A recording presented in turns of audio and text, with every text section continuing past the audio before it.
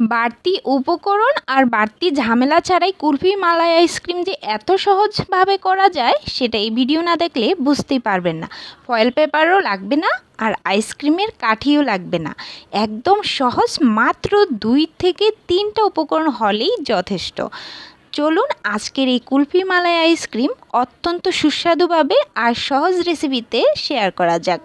তার আগে চ্যানেলটি যদি সাবস্ক্রাইব করা না থাকে অবশ্যই কিন্তু সাবস্ক্রাইব করে বেল আইকনের অলে প্রেস করে রাখবেন, তাহলে প্রতিদিনের নোটিফিকেশান খুব সহজে পেয়ে যাবেন। চলুন রেসিপিটি শেয়ার করা যাক।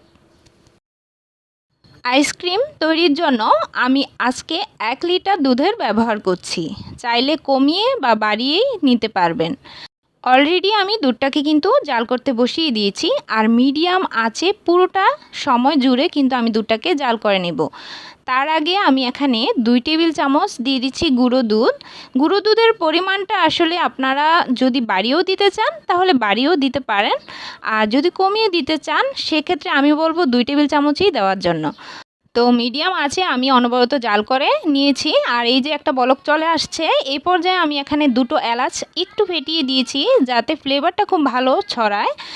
তো এই যে এলাচের ফ্লেভারটা যারা পছন্দ করবেন না তারা কিন্তু না চাইলে স্কিপ করতে পারবেন, আর এই যে এই জায়গায় কিন্তু এলাচের গুঁড়োটাও ব্যবহার করতে পারবেন। তো যখন একটু জাল করার পর এলাচের সুন্দর একটা ঘ্রাণ চলে আসবে তখন আমি এলাচগুলোকে কিন্তু উঠিয়ে নিব। আর এই যে দেখতে পাচ্ছেন যে দাগটা দেখাচ্ছি সেটা কিন্তু প্রথম অবস্থায় দুধটা যখন বসিয়েছিলাম তখন ছিল, আর এতটুকু পরিমাণে আমি দুধটা জাল করে কমিয়ে নিয়েছি। অনেকটাই ঘন হয়ে গেছে। দুধের 3 ভাগের 1 ভাগ আমি জাল করে কমিয়ে নিলাম, এলাচগুলোকেও কিন্তু উঠিয়ে নিচ্ছি।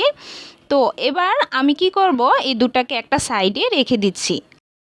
এবার আমি এখানে চিনির ক্যারামেল তৈরি করে নেব, আর এখানে আমি কিন্তু 1.25 কাপ চিনি দিয়েছি। চিনির পরিমাণটা এরকম রাখলেই ভালো লাগে। যদি মিষ্টি আরেকটু বাড়িয়ে খেতে পছন্দ করেন তাহলে চিনিটা আরেকটু বাড়িয়ে দিতে পারবেন। আর এখানে আমি এর সাথে 1 কাপ পরিমাণের থেকে একটু কম জল দিয়ে দিচ্ছি। জলের পরিমাণটা দেওয়ার ফলে কিন্তু ক্যারামেলের কালারটা খুব সুন্দর আসবে, সহজে আর পুড়ে যাবে না। তো একটু কিছুক্ষণ এভাবে জাল করলেই কিন্তু দেখুন ক্যারামেলের কালারটা আস্তে আস্তে লাল হওয়া শুরু করবে। তবে একদম পুরো লাল হওয়ার আগেই কিন্তু ক্যারামেলটা দুধের সাথে মিক্স করে দিতে হবে, না হলে কিন্তু পুরো যেই কালারটা আপনি চান সেই কালারটা আস্তে আস্তে কিন্তু একদম পুড়ে যাবে, খেতে কিন্তু একদমই তখন ভালো লাগবে না। তো আমি এই পর্যায়েই কিন্তু নামিয়ে দিয়ে দিচ্ছি। একদম পুরো লাইট কালার না আসার আগেই কিন্তু ক্যারামেলটা আমি দুধের সাথে অ্যাড করে দিচ্ছি। আর দেওয়ার পর কিন্তু আমি অনবরত নেড়ে নিব। প্রথম অবস্থায় একটু জটা বেঁধে যেতে পারে, তাতে কোনো সমস্যা নেই। তারপরেই দেখবেন যে এই ক্যারামেলটা ভালোভাবে দুধের সাথে মিশে গেছে আর কালারটা কত সুন্দর এসেছে। দুধের ঘনত্বটা ঠিক এরকমই হবে, বেশি পাতলাও হবে না বা বেশি ঘনও হবে না। তো আমি এবার একটা মোল্ড নিয়েছি আইসক্রিমের। এই মোল্ডগুলো কিন্তু যে কোনো ব্র্যান্ডের প্লাস্টিকের দোকানে আপনি পেয়ে যাবেন সহজেই। আমি কিন্তু আরএফএলের থেকে নিয়েছি, চাইলে যে কোনো ব্র্যান্ডের আপনারা ব্যবহার করতে পারেন বা যে কোনো ডিজাইনের। তো আমি এখানে কুলফি আইসক্রিম যেহেতু তৈরি করব তার জন্য আমি একদম মিনি সাইজেরগুলোই নিয়েছি, এখানে 8টা থাকে। এবার আমি একটা গ্লাসের মধ্যে মালাইয়ের মিশ্রণটা নিয়ে নিলাম যাতে খুব সহজ হয় ঢালার জন্য।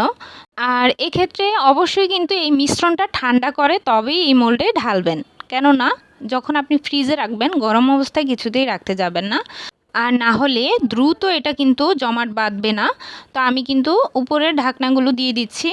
এটা কিন্তু আইসক্রিমের সাথেই ছিল। তো আপনি কিন্তু চাইলে এই যে কাঠিগুলো কিন্তু আলাদা কিনতে পাওয়া যায় সেগুলো দিয়েও করতে পারেন, বা এই যে এই কাঠিগুলো সাথে থাকে সেগুলো দিয়েও করতে পারেন, কোনো সমস্যা নেই। তো আমি এবার ডিপ ফ্রিজে সারা রাতের জন্য রেখে দিয়েছি। ডিপ ফ্রিজে আমি সারা রাত রাখার পর তারপর কিন্তু বের করে নিচ্ছি। এই তো আমি পরদিন সকালবেলা বের করে নিয়েছি। আর এভাবে ফ্রিজ থেকে বার করার পরপরই কিন্তু এগুলো খুলতে যাবেন না, না হলে কিন্তু শুধু কাঠিটা চলে আসবে আর আইসক্রিমটা নিচেই থেকে যাবে। আর এই পর্যায়ে অবশ্যই ডিপ ফ্রিজ থেকে বের করার পর অন্তত পক্ষে 5 মিনিট এভাবেই রেখে দিবেন, তাহলে যখন আপনি টেনে উপর দিকে উঠাবেন তখন এমনিতেই এটা চলে আসবে। আর আইসক্রিমগুলো কিন্তু খুব দ্রুত গলে যায়, তাই সাথে সাথেই কিন্তু খাওয়ার চেষ্টা করবেন, আর না হলে বরফের উপরে রেখে দিয়ে তারপর পরিবেশন করবেন। তো আমি কিন্তু দেখিয়ে দিচ্ছি আইসক্রিমগুলো দেখতে কীরকম হয়েছে। আইসক্রিমগুলো কিন্তু বরফনেস কোনো ভাব নেই, একদম মালাই মালাই যে ভাবটা থাকে এই আইসক্রিমের মধ্যে সেই ভাবটাই রয়েছে।